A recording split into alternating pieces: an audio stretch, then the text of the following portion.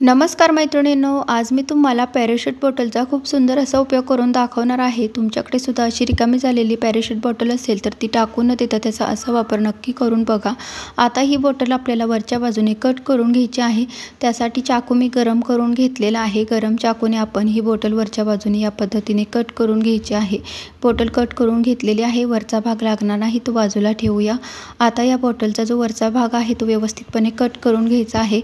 वरच्या बाजूने व्यवस्थित कट करून झाल्यानंतर पट्ट्यांसारखी ही बॉटल आपल्याला वरच्या बाजूने कट करून घ्यायची आहे। आता या कट केलेल्या पट्ट्या आपल्याला खालच्या बाजूला या पद्धतीने दाबून घ्यायच्या आहेत। अशा प्रकारचा वेगळा आकार आपण या बॉटलला दिलेला आहे। आता याला आपल्याला कलर करायचा आहे। त्यासाठी इथे मी ब्लॅक ॲक्रेलिक कलर घेतलेला आहे। या पद्धतीने हा कलर आपण बॉटलच्या बाहेरच्या बाजूने करून घ्यायचा आहे।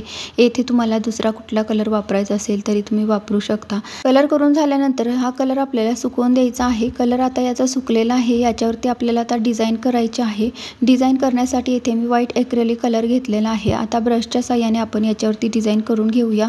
अशा पद्धतीची डिझाईन याच्यावरती मी करून घेत आहे। तुम्हाला जशा डिझाईन करायच्या असतील तशा तुम्ही डिझाईन याच्यावरती करू शकता। या पद्धतीने याच्यावरती व्हाईट कलरने मी डिझाईन करून घेतलेली आहे।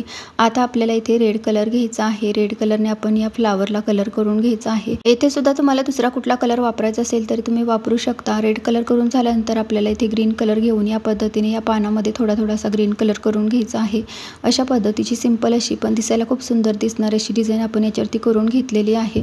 आता हा कलर केलेला आपल्याला पूर्णपणे सुकवून द्यायचा आहे आणि नंतर याचा उपयोग कशा पद्धतीने करायचा आहे तेही बघायचं आहे। इथे याचा उपयोग मी प्लांटर सारखा करणार आहे। त्यासाठी याच्यामध्ये पाणी घालून घेत आहे। पाणी घातल्यानंतर इथे मी एक मनी प्लांटचं छोटंसं रोपटं घेतलेलं आहे ते याच्यामध्ये ठेवत आहे। हे ठेवल्यानंतर आता तुम्ही बघू शकता हे किती सुंदर दिसत आहे।